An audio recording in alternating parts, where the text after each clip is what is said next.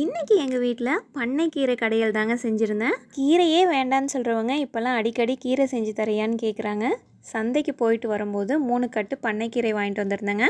கீரையை நல்லா சுத்தம் செஞ்சுட்டு 2-3 முறை அலசி எடுத்துக்கோங்க. மண் நிறையா இருக்கும். கடாயில் கீரையை போட்டுட்டு இது கூடவே 1 ஸ்பூன் அளவு சீரகம், 1 ஸ்பூன் அளவு மல்லி விதை போட்டுக்கோங்க. ஒரு சின்ன தக்காளியை கட் பண்ணி சேர்த்துக்கோங்க. 2 பச்சை மிளகாய் சேர்த்துட்டு தேவையான அளவு தண்ணி ஊற்றி வேக வச்சு எடுத்துக்கோங்க. இந்த கீரையில் நிறைய ஹெல்த் பெனிஃபிட்ஸ் இருக்குங்க.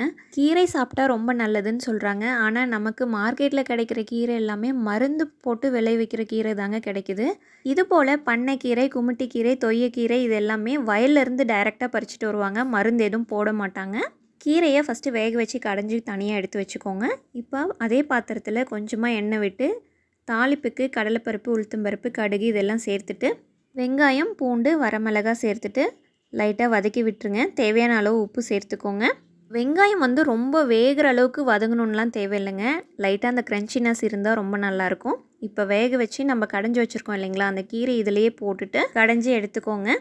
இதில் ஒரு சிலர் பால் சேர்த்தும் கடைவாங்க. உங்களுக்கு தேவைப்பட்டால் கொஞ்சமாக பால் சேர்த்து கடைஞ்சிக்கோங்க. சாதத்தோடு சாப்பிட்றதுக்கு ரொம்ப நல்லாயிருக்குங்க. இப்போவே இந்த வீடியோவை சேவ் பண்ணி வச்சுக்கோங்க. அப்போ தான் எப்போ கீரை வாங்குறீங்களோ செய்கிறதுக்கு ஈஸியாக இருக்குங்க. டாட்டா பை, நெக்ஸ்ட் வீடியோவில் பார்க்கலாம்.